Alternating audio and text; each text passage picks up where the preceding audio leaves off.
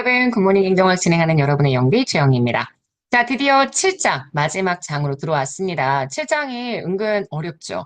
이게 내용이 되게 복잡하게 출제가 되는 건 아닌데 너무 들쭉날쭉 중구난방으로 출제가 되어서 사실 우리가 지금 보는 이 파트 전체의 내용을 잘 파악하려면 정말 7급 지방자치론 내용 정리를 해야 합니다. 양이 많고요. 시간이 오래 걸리겠죠. 그래서 지금 여기서는 그냥 몇 개의 단발적인 내용들이 문제에 배치가 되다 보니까요. 문제를 잘 읽어주시고 그 문제에 나오는 내용들을 중심으로 암기하시는 그런 전략을 세워주셔야 합니다. 1번부터 가봅시다.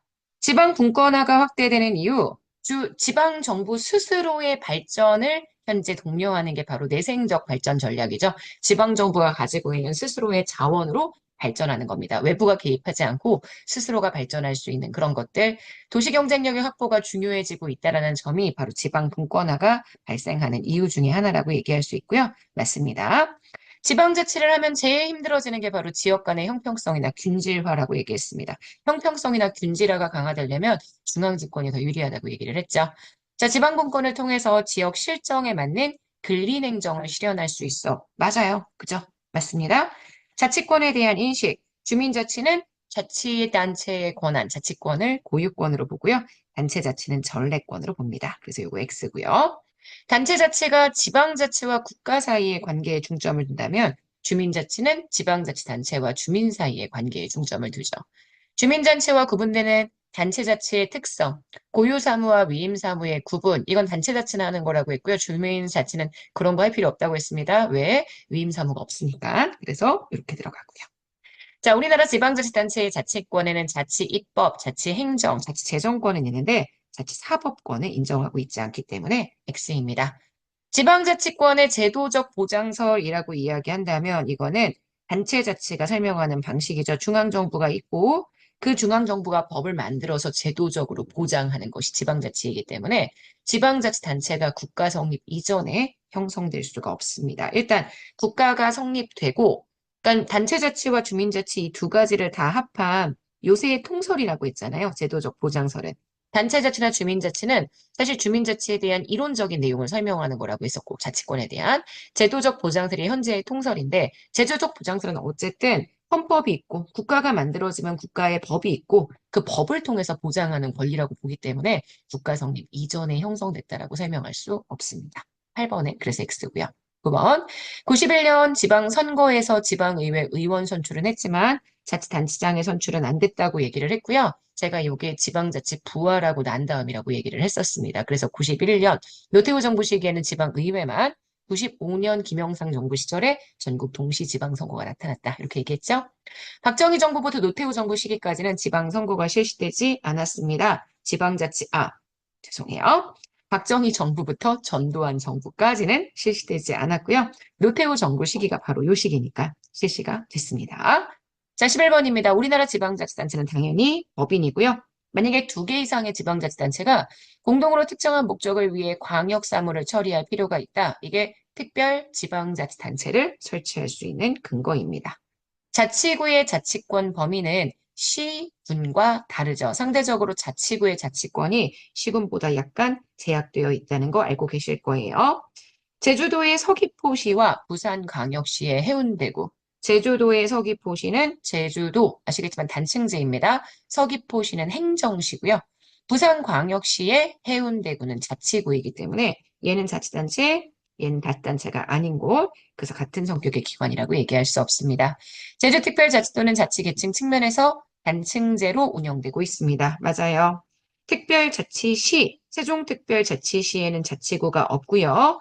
제주특별자치도, 강원특별자치도, 그 다음 전북특별자치도, 자치국을 두고 있지 않습니다. X입니다. 17번입니다. 광역시는 자치구와 군을 둘 수 있지만 특별시는 서울특별시 하나죠. 자치구만 둡니다. 지방자치단체는 조례를 위반한 행위에 대해서 조례로서 과태료 정할 수 있다고 했죠. 이때 그 조례의 크기는 1,000만 원 이하. 그래서 X입니다. 지방의회 의원은 직무수행과 관련해서 국회의원과 달리 면책특권이나 불체포특권을 가지고 있지 않기 때문에 인정되지 않고 있다. 이게 맞는 선지가 되고요. 20번. 지방의회 의장은 의결해서 표결을 하지 못한다가 안 되죠. 지방의회 의장도 당연히 의결해서 표결권을 행사할 수 있습니다. 찬성과 반대가 같은 경우에는 고결이 맞지만. 그래서 지금 여기만 틀렸습니다. 찬성과 반대가 같으면 당연히 가부동결이죠. 그래서 요 조항과 요 조항, 지금 20번 선지의 요 조와 앞에 부분과 뒤에 부분은 다른 내용인데 뒤에 부분은 맞는 내용이지만 앞에 부분이 틀렸기 때문에 틀린 선지가 됩니다. 지방의회 의장이 지방의회의 사무직원들에 대한 지휘 감독권 행사하는 건 제가 21년 지방자치법 개정 내용이라고 얘기를 했었고요. 외국 지방자치단체와의 교류사항 역시 지방의회의 의결사항이 됩니다. 시군자치구, 기초의 조례나 규칙은 광역의 조례나 규칙, 시도의 조례나 규칙을 위반해서는 안 될 거고요. 제1요구를 받은 조례안이 제적의원 과반수 출석의원의 과반수가 아니라 3분의 2 찬성이어야지만 재의결을 할 수 있다라고 했죠. 그래서 만약에 출석의원의 과반수 찬성이라고 얘기하면 재의결이 안 되고요. 출석의원의 3분의 2 이상의 찬성으로 제2요구를 받게 돼서 의결되면, 받기 전과 같이 의결되면 조례는 확정되게 됩니다. 정족수 잘못되어서 틀렸어요. 자, 25번입니다. 조례안이 지방의회에 의결되면 의장은 의결된 날로부터 5일 이내에 지방자치단체장에게 이송해야 합니다. 그래서 제가 이 조례안 같은 경우는 5일, 20일, 날짜가 이렇게밖에 없다고 이야기했던 거 기억하시죠? 절차 다 봐주셔야 합니다. 지방의회가 지방자치단체에 행사할 수 있는 권한, 지방자치단체장이 선결 처분을 하면 그에 대한 사후 승인권을 지방의회가 갖게 됩니다. 26번 맞는 선지고요. 27번입니다. 지방의회 의원은 지방공무원법상 인사위원회의 위원으로 임명되거나 위촉될 수 없습니다. 정당법에 의한 정당 당원이나 지방의회 의원은 인사위원회의 위원이 될 수 없죠.